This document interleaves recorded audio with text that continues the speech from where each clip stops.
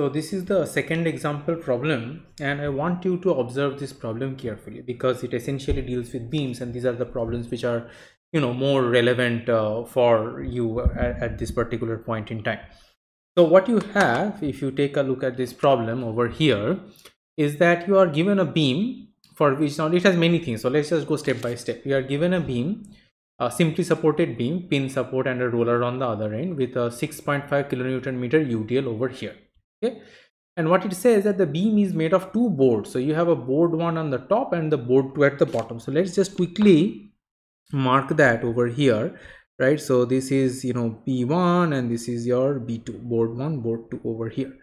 And as you see in this cross section as well, this is essentially the top board and the bottom board over here. I will come to what this black dot in between is. So here also you have your, this is your B1 and this one is your B2. And if you look in 3D, this is your B1 and this is your B2 over here. Okay.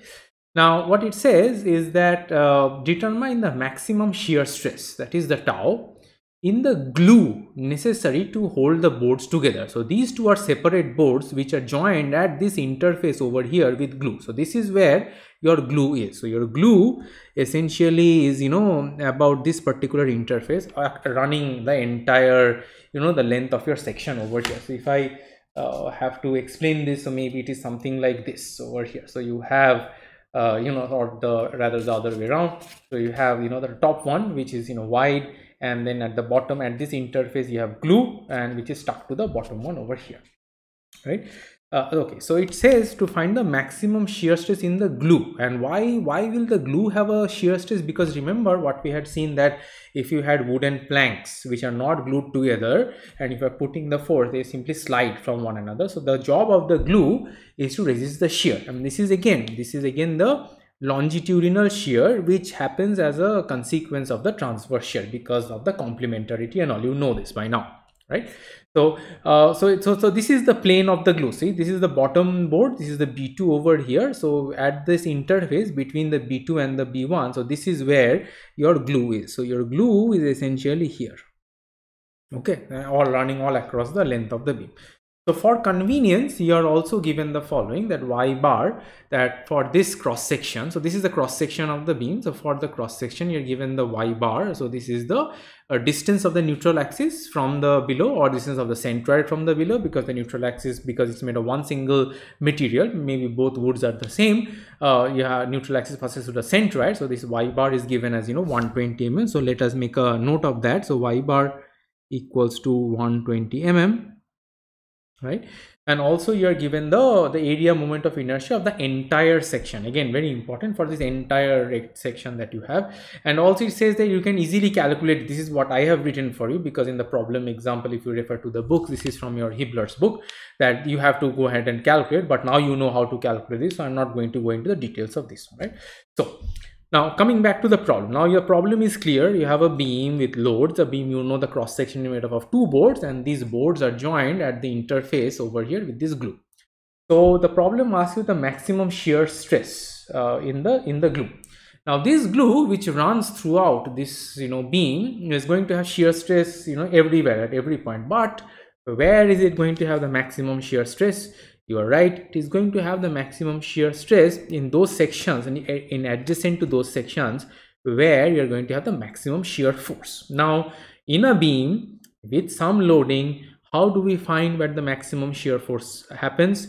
Correct, again we find from the shear force diagram. So essentially for this given beam with this support condition and this UDL, you have to first draw the shear force diagram of the beam, find out where the maximum shear force or the maximum V occurs. So that is what we are trying to find first. So we are trying to find where in this beam this max V occurs, and this is the place where your tau max will also happen at that glue, because the maximum V will give rise to maximum transverse shear and complementarity, and from complementarity will have the maximum longitudinal shear which is resisted by the glue, because longitudinal axis means along this axis over here. Okay, so what I want you to do now is this, for this beam please go ahead and draw the shear force diagram and come back and check whether the diagram which you have drawn is correct or not.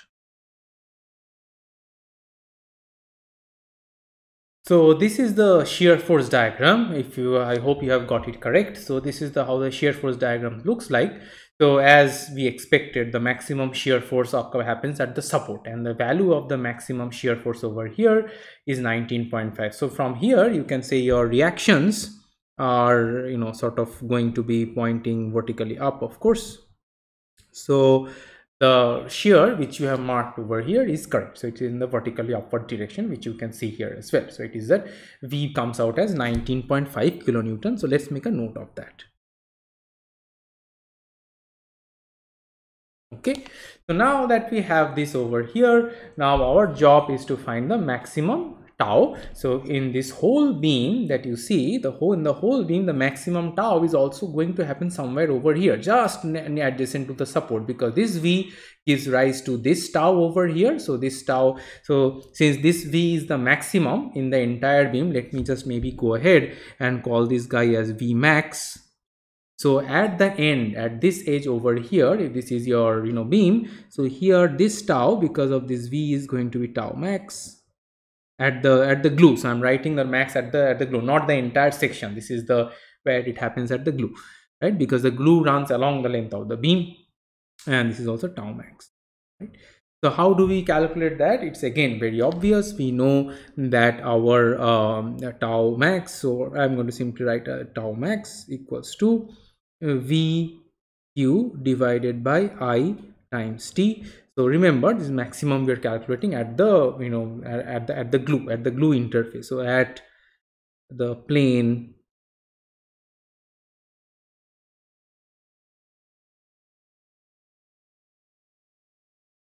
at the plane containing the glue. So let's just plug in the numbers and see what we get. So what we will get is that your tau max,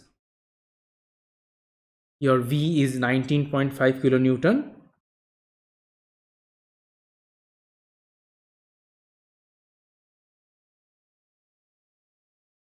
Now to calculate Q, so Q is an important quantity to calculate. Now Q, remember, is what Q, so we are considering this interface over here. So that means I am going to consider this area over here. You can consider the bottom one as well, and you will see that you will get one and the same thing essentially. So if I just consider this top part over here, so for calculating Q, I am going to consider this part. So let's just go ahead and, you know, calculate for here. So for this, what we will get, I will write it in the bottom part. So Q, I will get the, what is the area of this part? It is 150 times 30. Remember, the basic formula for Q is your y bar prime times a prime, where a prime is the area of this one and y bar prime is the distance of the centroid of this one. So if the centroid of this guy lies somewhere, you know, about here, it is essentially the distance of that from this neutral axis. And in our case, what does that distance come out as? Let's see. So my total is 180, 150 plus 30, out of which 120 is gone. So that means the remaining distance that I have, that is from here to this total top over here, this distance is 60 mm. Right, and I'm calculating the distance from this neutral axis again, not to the top, but at the center, right up to here. So it will be 60 minus half of this thickness of the board that you see, that is 60 minus 15. So this is going to be 60 minus 15, so that is 45 mm. Right, so this one here is going to be times 45.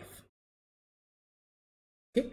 And if you, as I said, if you take the bottom part, if I, instead of taking that one, if I had taken the bottom part, that is, if I had taken this chunk over here, right? Now, one important consideration before I go to the bottom chunk over here, you see that at this particular point, I took this, you know, Q as 150 times 30 times 45, where 45 was this distance from here to the centroid. Remember, it is not to the top or the bottom, it is only to the centroid. Now, coming to this, if I am calculating the Q from this bottom part over here, let's see what we get. So if I calculate from the bottom part, so I am going to write this as, or for the bottom part, you see the area is 30 times this height 150 times the distance from the neutral axis to the centroid of this bottom part. So for this bottom part, maybe the the centroid is somewhere over here. So that is at 150 divided by 2, that is 75. So and this is at 120 minus, so I'm trying to calculate this distance over here. So it is 120 minus 75. So that again is equals to 45 mm.